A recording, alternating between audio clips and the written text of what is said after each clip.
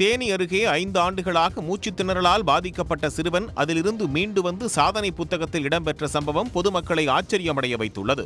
லட்சுமிபுரத்தைச் சேர்ந்த சிறுவன் திருநேஷுக்கு பிறந்த 10 மாதம் முதல் மூச்சுத் திணறல் பாதிப்பு ஏற்பட்டுள்ளது. இதனால் சிறுவனுக்கு நீச்சல் பயிற்சி கொடுக்க மருத்துவர்கள் அறிவுறுத்தியுள்ளனர். அதன்படி நீச்சல் பயிற்சி பெற்று வந்த சிறுவன் மூச்சுத் திணறல் பாதிப்பிலிருந்து மீண்டதோடு நீச்சல் குளத்தில் இடைவிடாது 7500 மீட்டர் தொடர்ச்சியாக நீந்தி ஏசியன் ரெக்கார்ட்ஸ் சாதனை புத்தகத்தில் இடம்பெற்றுள்ளார்.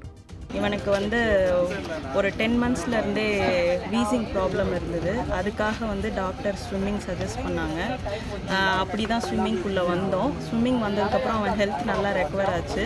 அதுக்கப்புறம் தம்பியே நல்லா இன்ட்ரெஸ்ட்டாக ஸ்விம்மிங் பண்ண ஆரம்பித்தான்.